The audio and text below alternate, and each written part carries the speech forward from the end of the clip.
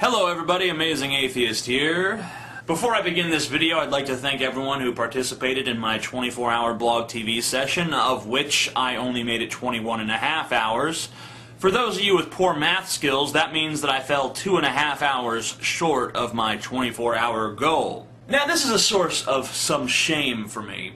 Not because I disappointed the fans or some stupid, boring, pointless shit like that. 21 and a half hours is enough of me for any fucking buddy. I don't even want to be around myself for 21 and a half hours, so there's no reason anyone else should either. The source of my shame is that Coughlin666 beat me, because he was able to do a blog TV for 24 hours, he had the stamina, but I wasn't able to do a blog TV for 24 hours. I lacked the stamina to do so.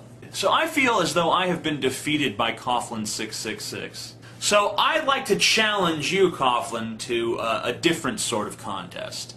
I challenge you to a not having a fucked up shit smear looking birthmark on your face contest. I win! Woo! If you want to talk about much ado about nothing, look no further than the YouTube user Apologetics. I once described her as a stick with tits, lacking anything even beginning to resemble human intelligence.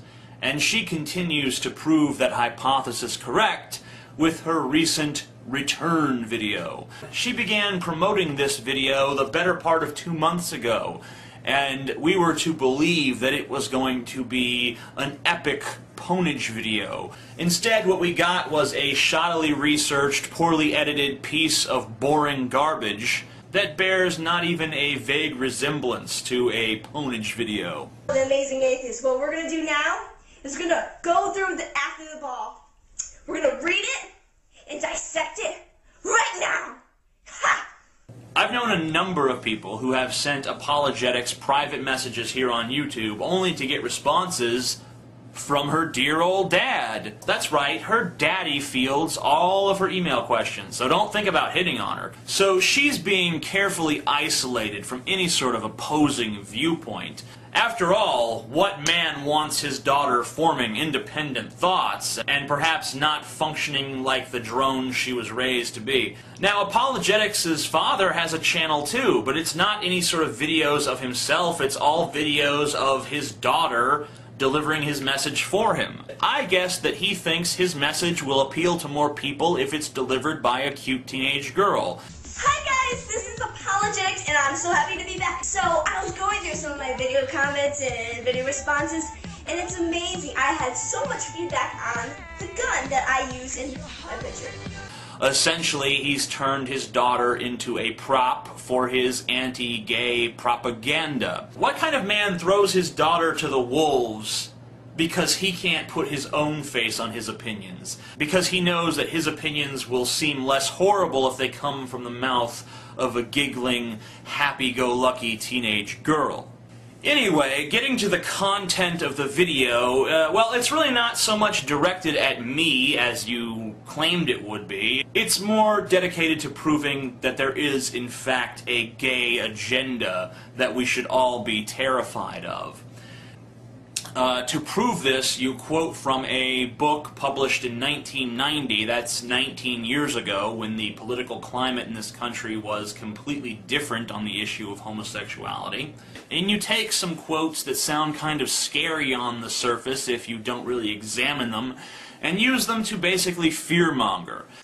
Conversion, we actually mean something far more profoundly threatening, to the American way of life, without which no truly sweeping social change can occur.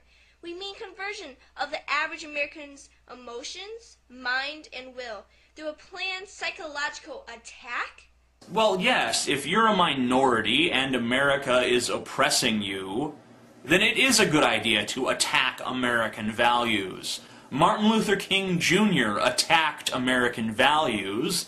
You know, less than 200 years ago, slavery was an American value. Marrying 8-year-old girls was an American value. These things change, and they didn't change independent of what the population thought. They changed because of what the population thought. They changed because of people attacking American values. Attacking American values is one of your patriotic duties. Simply pointing out that gays attack the status quo isn't any sort of argument. You're just pointing out the obvious. And it doesn't really mean anything by itself. You're not making an argument one way or the other about it. You're just pointing it out and saying, ooh, isn't that scary? And we're all supposed to have the reaction like, ooh, yes it is. That gives me pause. I don't know if I want people to attack American values. Every quote from that book is about how to get gays accepted in society. You mean to tell me that this gay agenda that you're so very terrified of is just the gay struggle for equal rights? You know, don't you realize, apologetics, that you're the very same kind of person who in the 1960s talked about the black agenda and black extremism? Chances are, apologetics, that history is going to regard people like you the same way it regards racists of the Old South. Now, apologetics, since we're talking about agendas, let's talk briefly about your agenda. What exactly is the idiot agenda? Idiots have convinced themselves that homosexual marriage presents some sort of threat to heterosexual marriage. How exactly does this work? Well, they never fucking explain. The idiot agenda is always moving in the same direction. Backwards. They're always trying to roll back the clock to a more pure and innocent time, somewhere in our past. Now, would that be the past where blacks and whites are segregated?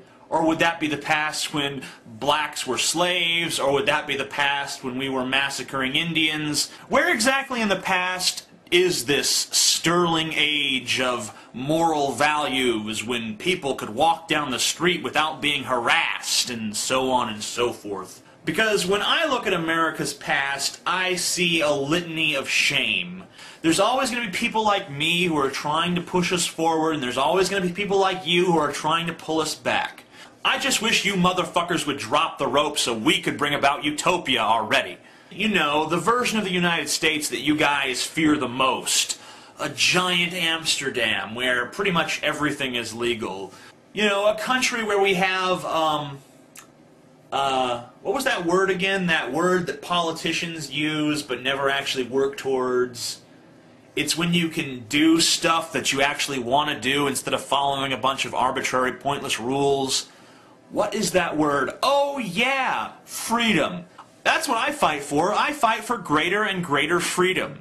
Which means, apologetics, that you fight for, well, what is the opposite of freedom exactly?